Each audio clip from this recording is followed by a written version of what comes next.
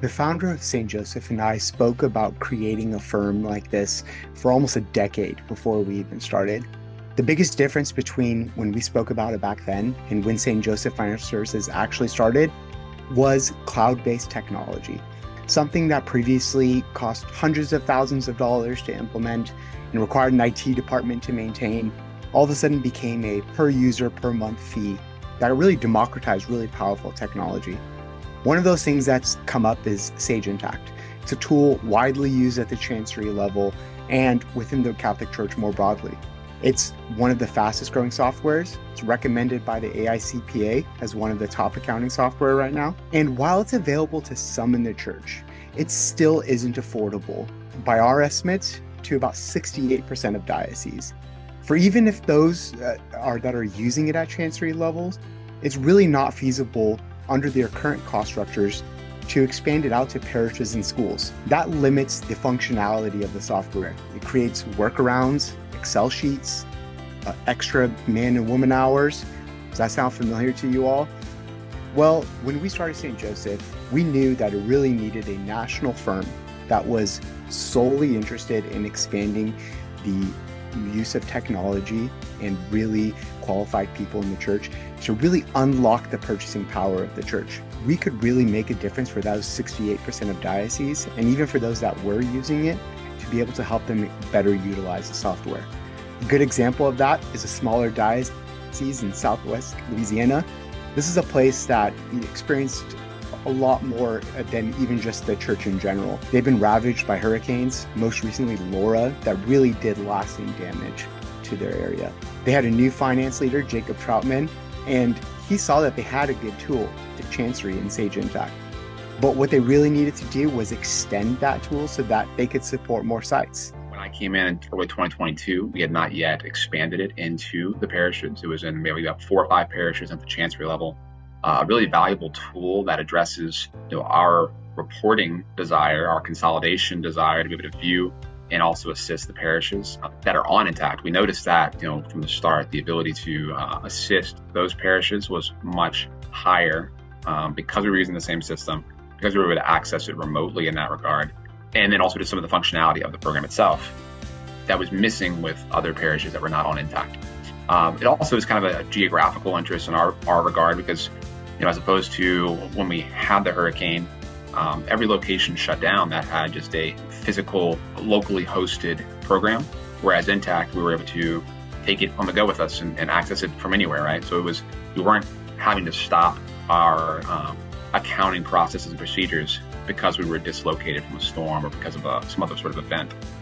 Despite knowing that Intacct was the right system for them to provide more support for their parishes, a few factors kept them from expanding its usage. The primary issues that we ran into with trying to expand it to all the parishes was pricing directly with Intacct or even with another firm. It seemed like it was just an exorbitant cost or cost prohibitive to expand it all at once, especially.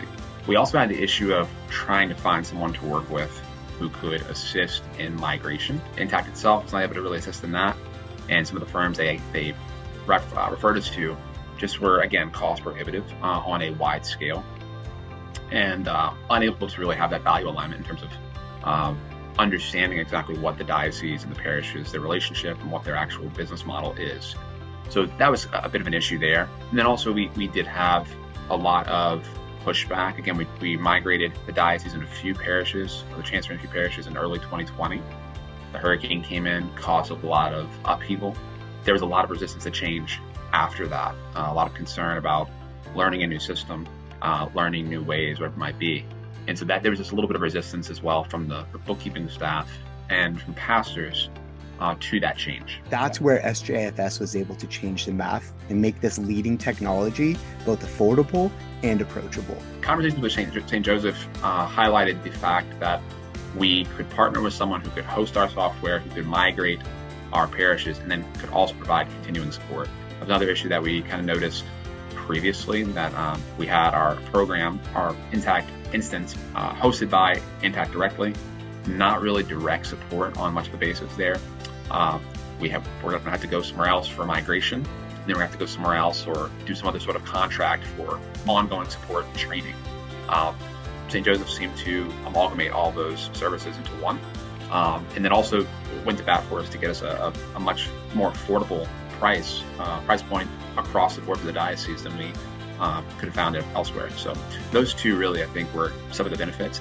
In addition, I mentioned earlier the kind of value alignment, working with a Catholic company who has experience working with other dioceses and parishes, both from a migration standpoint, both from staff having experience in dioceses, what have you. Understanding those relationships and the dynamics, really getting pastor buy-in and bookkeeper buy-in at those locations was really a valuable asset that I thought to have on the team. And a diocesan leader knows that a decision like this is not just about logical reasoning, but change in the church requires a compassionate and deliberate touch.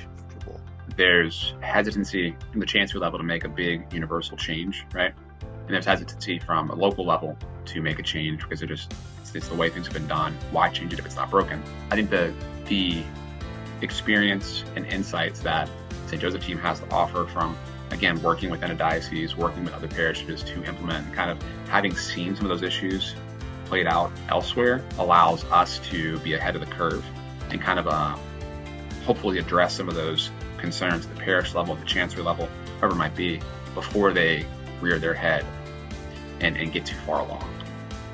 I truly believe that we're the only solution to the financial roadblocks standing in the way of our church's mission.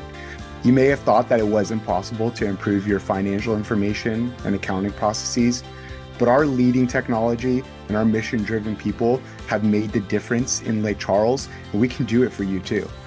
Let's talk more about how we can help your diocese spend less time administering and more time ministering.